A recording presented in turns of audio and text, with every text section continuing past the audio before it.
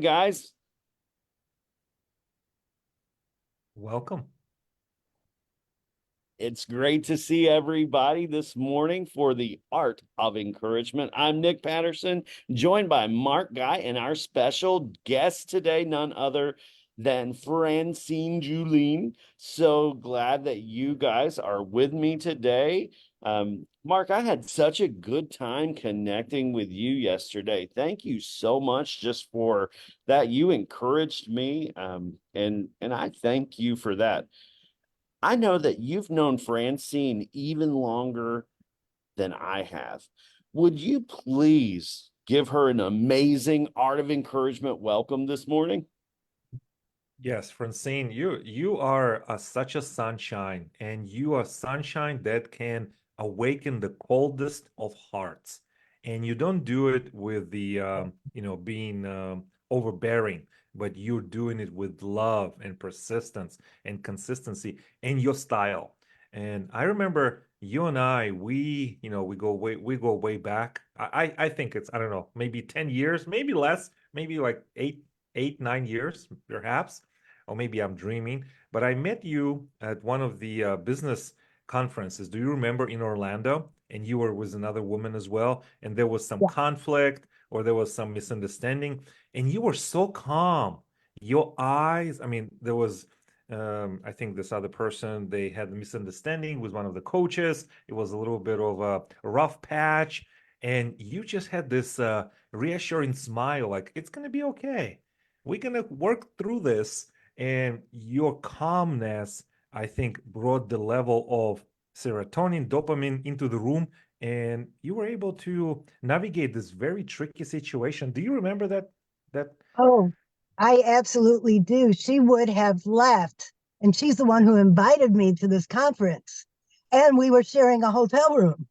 She was going to leave. It affected her that badly. And I said, just give it a chance. Just smile and let's have fun. Don't worry about what that coach told you. Let's you and I just have fun the rest of the weekend.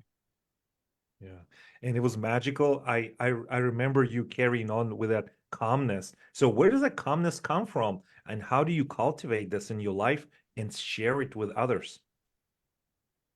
I think the calmness comes from knowing that no matter what happens, it's going to be okay.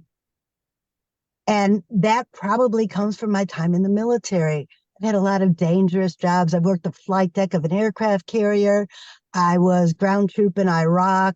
I was an aircraft electrician for 33 years. And I've been through some unusual situations, and I always come out okay, from an abusive marriage to divorce to all the other stuff that's happened in my life. No matter what happens, I always look at it as, what can I learn from this situation? And when you look at life through the perpetual learner lens, nothing bad happens because they're all just lessons. Mm, yeah. And this is so true, and it's a good reminder for everyone who is listening. So what are you up to right now? Can you give us an update, catch us up to what is happening in your life? Well, I am the warrior princess of personal change. I'm an author, a speaker, and a coach. And I share tools that make change easier. And I can help you make your business communications sparkle. My new signature program is strategic storytelling for business owners. And part one is the art of the introduction. And part two is making your communication sparkle. Mm. Why is it important to have a communication sparkle? Well, and it's kind of a trick question, right? And please forgive my indulgence. I'm a Toastmaster just like you, a speaker, a traveler, a curious learner. Some people think like, well, can they just read my mind? Why do I have to invest so much time and so much pain, this torture, communication? Why? Why? Why? I just came out of a networking event that I attend weekly. There were 5 other coaches there. There were 7 realtors. There were 3 bookkeepers. There were duplicate of every fee. Oh, you muted. You muted, Francine. You just muted yourself.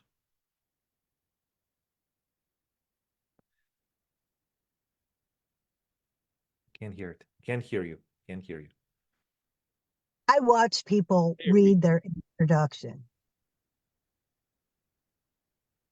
And I don't know if you heard that because my phone was ringing. I don't know. Did my sound go off? Yes, it did. And I was trying to understand what is she saying. Can I get this? I mean, do you mind just telling us again? Yes. So in this event where there's so many people from so many different fields, and you had 2 of this one and 3 of that one, the one who stood up there and read their introduction and didn't even get their whole introduction out in the time allotted, sat down and was immediately forgotten. The ones who stood up and used their 17 seconds to introduce themselves and they sparkled, those are the ones who are remembered. Those are the ones people set up the one-to-one meetings with. Those are the ones that people refer when somebody needs their service. Yeah. So it's the wasted opportunity. And I know Nick want to jump in. He wants to jump in. I see him scratching his notes inside his mind. So like it's a wasted opportunity, right? The world moves fast. It doesn't matter whether you're 20, 30, 40, 50, 60, 70, 100. The world moves fast with AI, generative, and all kind of tools we have in business. So I think parity comes in. It's your personality, because your AI cannot make your personality just yet, but you never know with the speed of things are changing. So you have to stand out and claim your space, right? Otherwise, what are you in the business for then, right? Exactly, because then if you just blend with everybody, nobody's going to remember you. You have to stand out. When I started, I was a health coach, and there were 15 other health coaches in the room, and I just stood up there. I lost a bunch of weight and I have these amazing products and I can help you. Come see me. Nobody cared. But when I stood out, when I said, I'm a warrior princess of personal change, I share tools that make change easier. I'm still sharing the same products, but now people remember who I am. Yeah. And Nick, I know you have a couple questions before I jump in. Yeah, I've got a question, Francine. Those people today that you noticed kind of botched it in their intro. How did you encourage them without inserting yourself? How did you go up and give them the tools, maybe, or, you know, a little bit of coaching, free coaching, as it were, that, hey, if consider doing this? Were you able to do that? And if not, would you be able to reach out to that person if you can even remember who they were? And would you be able to affirm them and encourage them and say, I had a similar experience and here's why I changed and here's what I did, and I would love to work with you in the future, but maybe give them a little bite of, and you can market yourself, but also give them that real encouragement. Hey, you weren't effective and that's okay. Next time you can be. Did you do that? Every Friday morning, I get up and I get between 17 and 20 seconds to talk to these people. When somebody stood up and read her script one week and stuttered over the words, the next week I got up and I talked about my workshop and how I'm going to help you hone your skills with your introduction. In my workshop, we will prepare your introduction and help you sparkle. And she showed up to my workshop. Fantastic.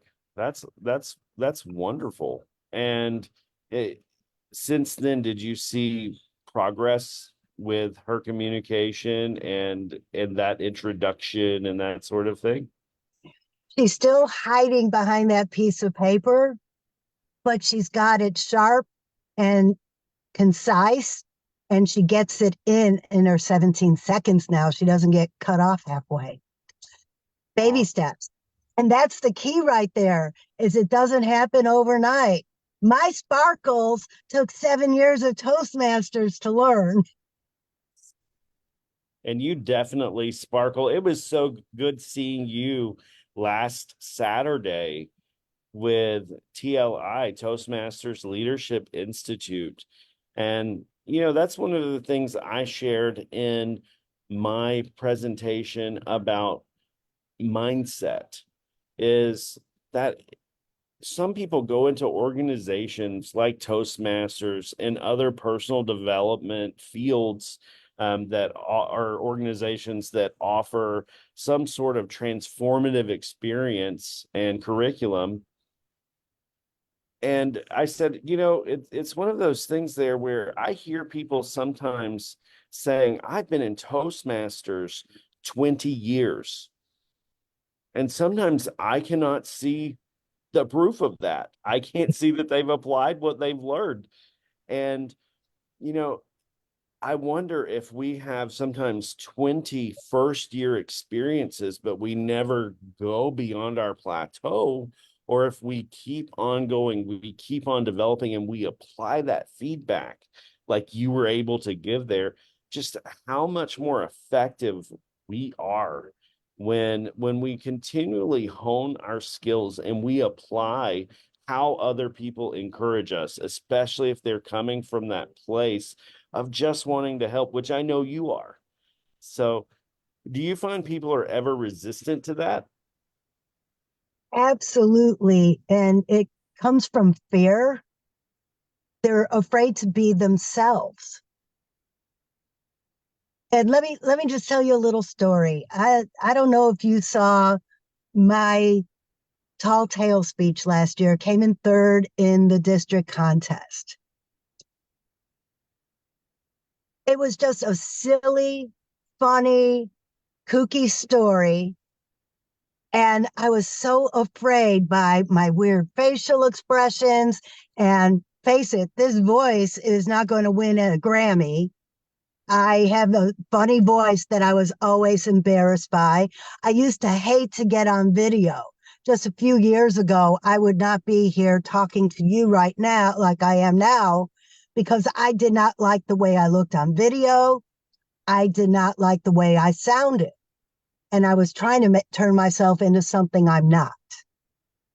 After that contest, I had people telling me how funny I am and how they love the weird way my eyebrows go and how I reminded them of Lucille Ball. And then I realized these aren't flaws, they're my superpower. So in my workshops, I tell this story and I tell people if you don't like something about yourself, embrace it because that's what endears you to everybody else. That's what makes you stand out. Hmm. I wonder how much wasted time people have. I'm against waste. If you didn't get this yet, and we worked, Francine, you and I, in Toastmasters, right? Different projects here and there, but I think I get a good sense of kind of leadership that you do, and I gotta also tell everyone, Francine, if you just look at my Facebook activity, Francine appears like my number one fan, and I'm her number one fan. I don't know how this happened. It's so to me, it tells that you are not above or below of giving grace. you're like, okay, instead of like giving a like, you give like, I give love, I give love, I give love. And I'm thinking like, who is this woman? Why she gives love so much? So you can only give what you have, right? Yes. So were you always like this? Because you are unlike anyone. I don't get as much support from my, bestest of friends, but I get it from you on Facebook. So what are the things you do outside of that to encourage others? And like how is that working for you? I'm curious.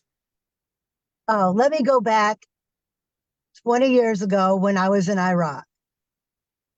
I was an aircraft electrician. I was a squad leader. I was in charge of a few young men, and we were tasked with keeping helicopters running so they could support the troops. But I felt my reason for being there was to support morale. And I just always went out with a smile on my face. How's it going? How's the family? I heard you had a baby. Congratulations. Let me see the pictures. And by the way, looking at those baby pictures one day saved my life because it kept me from going out to an aircraft that was hit by a rocket. That's a whole nother story. But then when the holidays came and people were missing their families, I started hoarding care packages for my family. Those cheese trays and those summer sausages and crackers and cheese. And I started hoarding them and uh, mixed nuts and candy. And then when I planned a Christmas party for my immediate work group. There were about 20 of us in the avionics, that's aviation electronics. There was about 20 of us, and we all got together. Before the event, I went to the chow hall and I got some tuna salad and some egg salad. And I doctored it up with stuff from the salad bar to make it a little bit more festive. And my platoon sergeant had tears in his eyes when he hugged me and said, I was really depressed. And I don't know how you pulled it off, but you made me feel like I was back home for just 1 hour. And that is the way I live my life. It doesn't take a lot. A care package from home that I put away for a special day, stuff right off the chow hall line. But when it's brought together with love, people feel it. Mm. Well, I have not heard this story. I heard a few from you over the years, but I have not heard this one. So I know you a very dynamic networker in the people in the industry and also adjacent in the industry. So what would you say to somebody who is watching and they are looking to emulate some of your strategies of success, some of the maybe some savvy, some business savvy that you can share? The first thing that totally changed how I live my life was learning how to meditate. When I started this journey of overhauling my life after the stress of Iraq almost killed me, I was told you have to meditate. I'm like, what? I can't turn off all this stuff going on in my head. And then I realized that it's nothing special. I could sit by a tree, close my eyes, and just breathe in the aromas of nature. And that grounded me and got me out of my head and into something bigger, watching a butterfly float by or the bees gathering their nectar, and see that it's not all about me and what's going on inside of me and what's happening to me. It's not happening to me, it's happening for me, like I said earlier, to teach me a lesson. When I changed my mindset from why is this happening to me to how can I learn from it, that's when my whole life changed. If you are in an industry and want to make a presence and want people to remember you, get out of your own head. Stop making it about you. Like I told you, my original introduction was, I lost so much weight. I have these great products. I have, I can do. And I've changed to, I could help you make your business communication sparkle. I'm basically saying the same thing. I share tools, but now it's about the other person instead of about me. So if you are having trouble, because in my old method, nobody bought anything from me. Now, I don't even mention my products. I just mention how they have helped me and how they could help you. And people are buying them because they don't feel like I'm trying to sell them. I'm just sharing the tools. So no matter what you do, if you're a realtor, if you're an author, if you are a baker, it's not about you. It's about them. Find what motivates them and how you could serve them. And that's what brings me joy, is seeing other people thrive and having them come back to me and thank me for helping them. And in the long run, I'm getting what I want too, but I'm not leading with that anymore. I'm leading with how to help them. Yeah. Hey, Francine, we have one of our viewers that has a question for you. Okay.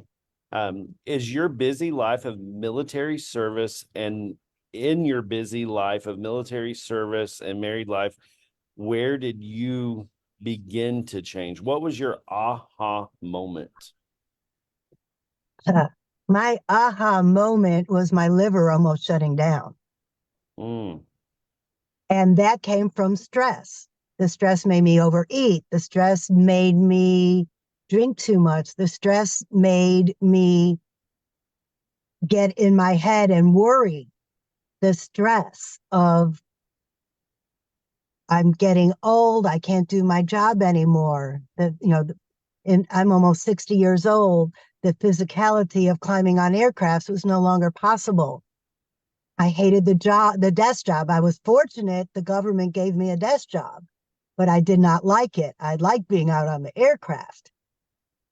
So all of the stress compounded and compounded, and then all of the bad habits I used, I call them comfort habits. All the comfort habits I used to give me the dopamine that I wasn't getting from the lifestyle I enjoyed, what made me sick and was making my liver shut down.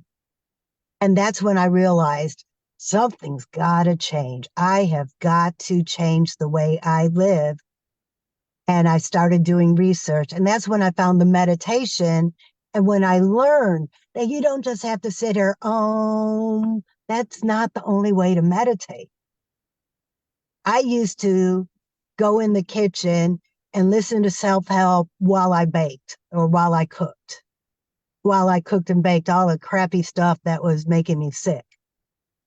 When I turned off the self-help and just got in the moment and cooked for enjoyment and cooked for nutrition and cooked to sustain my body, that's when I started losing weight.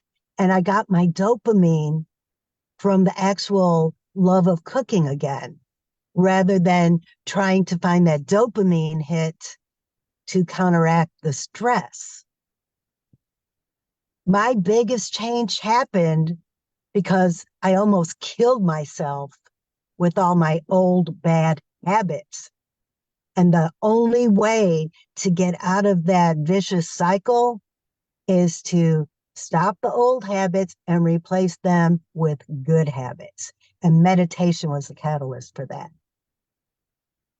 So if one of our viewers today is, they've heard you, they're interested, that sort of thing, but they're kind of on the edge of loving their, this is my box, this is where I am. I do not go outside my box, but I hear what she's saying and it's appealing. What would that first step be for them if they are identifying with you but they're just kind of scared, because we said fear is the number one thing that people face. What encouragement would you give those people today? Start small. Meditate for 2 minutes. Just clear your mind and concentrate on your breath for 2 minutes. That was very difficult for me. What I learned is that I could go to YouTube and find a guided meditation. I could concentrate on the soothing voice of the person guiding the meditation and do what they said and get out of my own head. That's my biggest idea that I could pass on to anybody is get out of your head. The people who I'm coaching right now for Toastmasters contest, the first thing I tell them is don't overthink it. Get out of your head. All you need to do is get up there and tell your story. And when you're trying to make your own personal changes, it's the story you tell yourself. If you get out of your head and all the bad stuff that got you where you are, create a vision of the future and look toward that future and take baby steps. You don't have to jump all at one time. I didn't lose 100 pounds overnight. It took baby steps. I cut out sodas. I cut out alcohol. And I loved my alcohol. I was a sailor and a soldier. I was in the Navy and the Army. And let me tell you, back in the 80s and the 90s, we love our alcohol. That was one of the hardest habits I had to break. But that was what was killing me. And trust me, when you make these changes and find positive habits to replace them, you won't even notice how your life is changing until somebody comes up to you and says, "Oh my God, what have you done? I want what you've got." Well, I'm so proud of you and your journey. And I identify with a lot of the things you've shared with us. My piano teachers growing up before competition, that's exactly what we would do. I had a cassette tape that was guided meditation, Mm. and it was very helpful. But I've got to tell you, your story reminded me of a time when I was incarcerated, and a Catholic priest who had served as a chaplain and went to Iraq.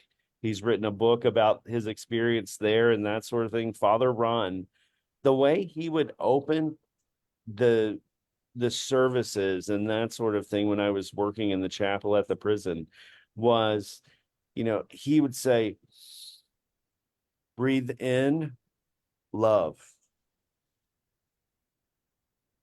exhale, let go of the crap, breathe Yep. in peace, let go of your worries, and just that time of centering is so powerful for me now, because when I get stressed, when I get overwhelmed, that's the exercise I go to, and it goes to breathing, but also thought intention. And, that's what we must be mindful of. Well, Mark, I know, once again, you and Francine have known each other a long time. I've loved spending time with you today. Thank you for being here. Mark, would you wrap it up with Francine? And we can't wait to see you guys next week for another episode of The Art of Encouragement. Thank you, Francine, for coming on and being who you are. I truly appreciate you. I also appreciate the time that we have time to catch up like this. because sometimes everyone's busy, occupied, or distracted even. Before we part for today, what is exciting thing you have cooking up in your life? And not just food, could be food. We're open. And just tell us what it is, and also your final words of encouragement for our viewers. My new book out on Amazon now is The Butterfly That Changed Everything. It's almost a part two of my first book. My first book was a combination between self-help and journal, and it's about my 6-step process of personal change. And then in a meditation, I met this kooky character called Sparkle Feathers. And through subsequent meditations, this book was channeled to me. This butterfly told me to follow it and led me to Sparkle Feathers. And Sparkle Feathers took me on a path of self-discovery. This book will take you through my 6-step process of personal change, but you won't even know you're learning self-help because it's a fairy tale. It's just fun fantasy. It'll keep you laughing. It'll keep you thinking. And there's some really good, solid advice in there that the characters, these fun fairy tale characters, use some of my tools and processes through their journeys. Mm, I love it. And it's something that I would enjoy, because I think we're as adults, or anyone on the human spectrum, we forget to really let fantasy take over.